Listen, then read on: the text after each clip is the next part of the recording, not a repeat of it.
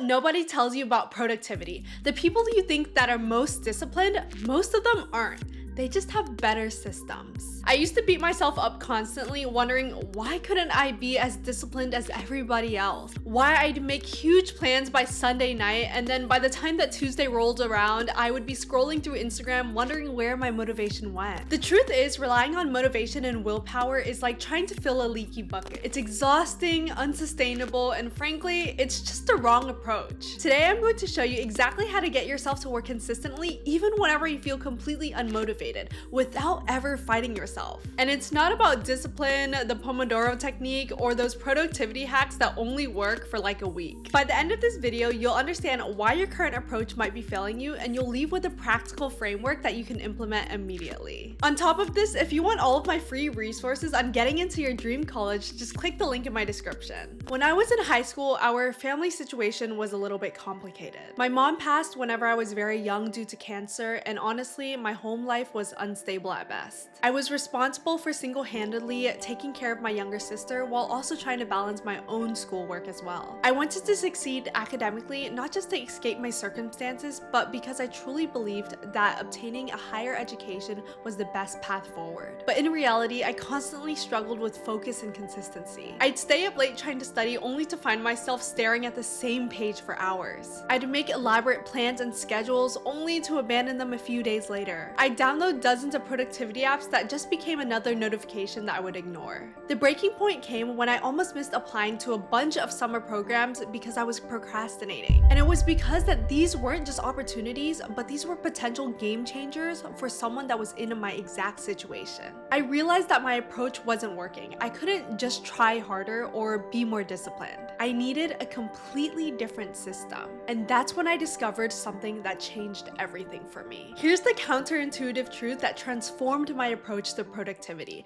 The people that appear the most disciplined actually rely on discipline the least. Let me explain. So we've been sold this truth that somehow the most productive people are superhuman. They have iron willpower, they never procrastinate, and they're just built different. But honestly, that's not how it works at all. The most consistently productive people I know, the ones who gone to Ivy League schools, the ones who run businesses, the ones who manage complex projects, they simply removed the need for constant discipline from their workflow. Instead of fighting themselves every day, they've actually created systems that work with their psychology and not against it. Think about it this way. Discipline is like trying to paddle upstream. It requires constant effort, and the moment you stop, you begin drifting backwards. The alternative is to create a system that creates a current flowing in the direction that you want to go. When your system is aligned with how your brain actually works, getting things done is going to be the path of least resistance. This shift completely changed the way that I approach productivity. I stopped forcing myself to be disciplined and rather focused on creating the right conditions for consistent action. And the results speak for themselves. I went from struggling to complete basic assignments to graduating as valedictorian,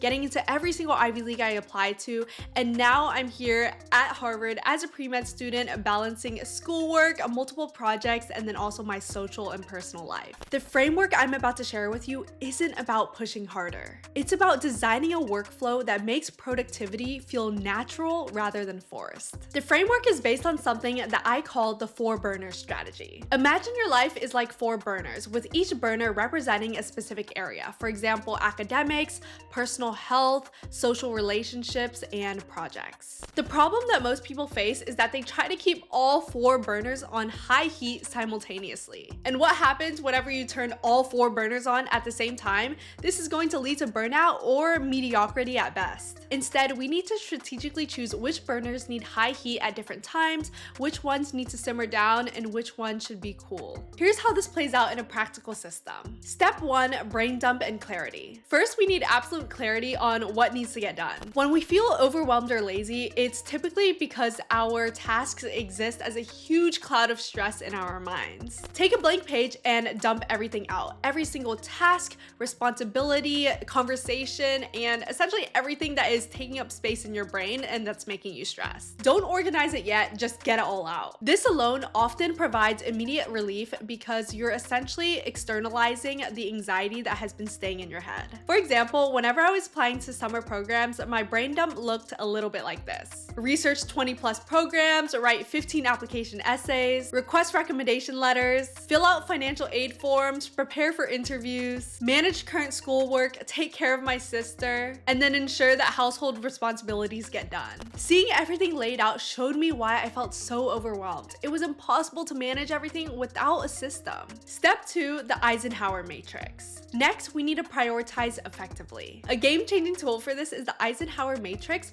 which sorts tasks by urgency and importance. Draw a simple 2x2 grid with urgent and not urgent as your columns and important and not important as your rows. Now place each item from your brain dump in one of the 4 resulting quadrants. Urgent and important, do these first. Important and not urgent, schedule these. Urgent and not important, delegate or ask for help if possible. And then neither urgent or not important, either eliminate or put it on the back end. This immediately makes you less overwhelmed and gives you more clarity on what truly needs your attention. Now step 3, the fourburner approach. Once you have clarity and priorities, it's now time to apply the fourburner strategy. First, identify your current forburners, the 4 areas of your life that require the most attention. For a student, this might be academics, extracurriculars, your health, and then your family and social life. Instead of trying to give equal attention to all 4 burners every single day, decide which ones need to turn on a little bit more and which ones can simmer down a little bit less. For example, on Monday, you might be prioritizing your academics and health, and you might not have enough time for your social life and family, and that is completely okay. But then maybe on Tuesday, you're focusing a little bit more on your family and social life, so you might not have enough time to do deep work projects for school. So that means that you'll probably be doing some easier homework on Tuesday, and then on Monday, you would do more of your heavy, big projects. This approach acknowledges a fundamental truth. We have limited energy and attention. By planning strategically which areas get attention at what time, we avoid feeling completely exhausted and burning out. During my college application season, I designated Monday, Wednesday, and Friday as my high heat burners for college application work. And then on Tuesdays and Thursdays, I kept that burner low while focusing a little bit more on household responsibilities and extracurriculars. And then step 4 is daily highlight and task batching. Every single day, identify your one highlight, the single task that you need to get done no matter what. This becomes your non-negotiable. Whenever I was applying to summer programs, one of my daily highlights might have been complete my MIT summer research program application, or potentially finalize my personal statement for the Stanford summer session. By focusing on one critical task, you remove the decision fatigue that comes with having to decide between multiple priorities. Then batch similar tasks together. Our brains work more efficiently whenever we stay in the same mode rather than trying to switch between different contexts. For example, batch all of your emails into one single 30-minute block. You can group reading assignments together and then set aside time for your creative tasks whenever you have the most energy. Step 5, the 10-minute rule. This is a game changer for those days whenever motivation is nowhere to be found. When you're feeling completely unmotivated to start a task, just commit to working on it for 10 minutes. That is all, just 10 minutes. Essentially, 2 things will typically happen. First, the task isn't as bad as you thought and you end up working on it for longer than 10 minutes. And second, even if you stop at exactly 10 minutes, you've at least made progress instead of doing nothing. The 10-minute rule works because it bypasses your brain's resistance to large, intimidating tasks. It's much easier to convince yourself to work for 10 minutes than for several hours. I used this technique countless times during my college application process. On days whenever I couldn't bear the thought of even writing another supplemental essay, I would just tell myself,